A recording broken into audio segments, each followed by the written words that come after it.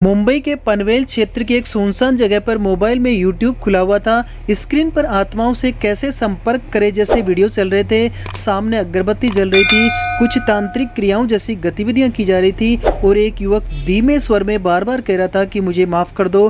Police के मुताबिक यह किसी फिल्म का दृश्य नहीं बल्कि इंदौर की एक MBA छात्रा की हत्या के आरोपी की हरकत थी। आरोप है कि युवक ने पहले छात्रा की हत्या की, फिर सबके साथ अमानवीय कृत्य किया और बाद में कथित तौर पर उसकी आत्मा से संपर्क साधने की कोशिश की। द्वारिकापुरी थाना क्षेत्र में हुए इस सनसनीखेज मामले में आरोपी पीयूष धमनोतिया 3 दिन की पुलिस रिमांड पर है। पूछताछ के दौरान सामने आ रही जानकारियों ने पूरे घटनाक्रम को और भी अधिक भयावह बना दिया। पुलिस सूत्रों के मुताबिक आरोपी ने खुद स्वीकार किया है कि पनवेल के जंगलों में यूट्यूब देखकर वो मृतक की आत्मा को बुलाने की कोशिश कर रहा था। द्वारकापुरी थाना क्षेत्र के चर्चित अंकल गली हत्याकांड में आरोपी पीयूष धमनोतिया 3 दिन के पुलिस रिमांड पर है। DCP कृष्ण लाल चंदानी ने बताया कि जो मर्डर था अंकल गली में, उसमें पीयूष धमनोतिया को मुंबई से गिरफ्तार किया गया है और वो 3 दिन की पुलिस रिमांड पर है। वो लड़की के साथ रिलेशनशिप में था। उसके घर वाले शादी के लिए तैयार नहीं थे, जिसको लेकर विवाद चल रहा था। सूत्रों के मुताबिक आरोपी ने छात्रा पर शारीरिक संबंध बनाने का दबाव डाला।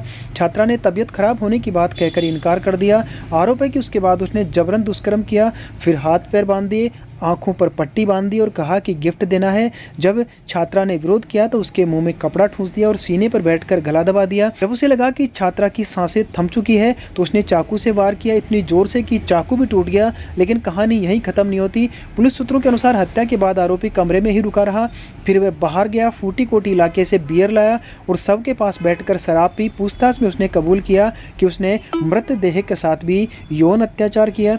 जांच के अनुसार कमरे के अंदर का घटनाक्रम बेहद भयावह था। DCP लाल चंदानी के मुताबिक रिलेशनशिप को ठीक करने घर गया, जिसके बाद उसमें संबंध भी बने। किसी बात को लेकर विवाद हुआ और उसने लड़की का गला घोट दिया। उसके कमरे में कई रस्सियों के टुकड़े मिले हैं। DCP ने कहा कि वहां कई सारे रस्सी के टुकड़े थे, जिससे प्रतीत होता है कि लड़की के हाथ पैर भी बांधे गए हो। आरोप है कि गला घोटने के बाद भी आरोपी कमरे में रुका रहा।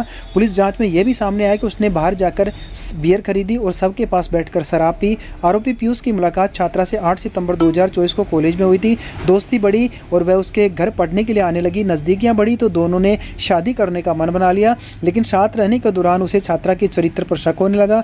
10 फरवरी को उसने छात्रा को घर बुलाया। दोपहर करीब 3:30 बजे दोनों ने साथ खाना खाया। इसके बाद संबंध बने, फिर बहस हुई। विवाद बढ़ने पर उसने रस्सी से बेड पर ही उसका गला घोट दिया।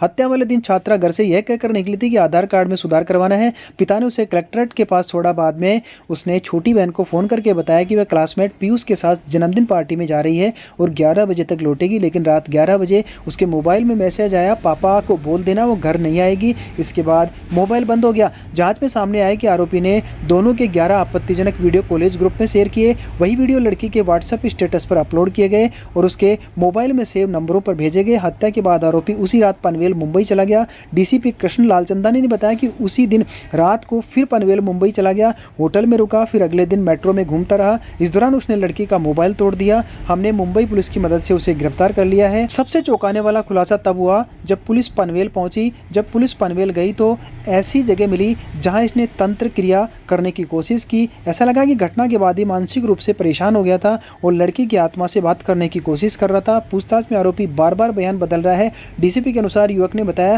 कि उसकी गर्लफ्रेंड किसी और से बातें करती थी, किसी ऐप से, जिसकी वजह से ये घटना हुई। मुख्य कारणों में शादी का दबाव था। बाद में लड़की से इश्यू हुए क्योंकि वो कुछ और लोगों से भी बातें करती थी, जिससे आरोपी अनसिक्योर हो रहा था। पुलिस का मानना है कि आरोपी के बदलते बयान जांच को भटकाने की कोशिश भी हो सकते हैं। द्वारिकापुरी पुलिस अब CCTV footage, digital data, forensic report और कमरे से मिले सबूतों के आधार पर केस मजबूत कर रही है। आरोपी को मुंबई से गिरफ्तार करके इंदौर लाया गया है और उससे पूछताछ की जा रही है।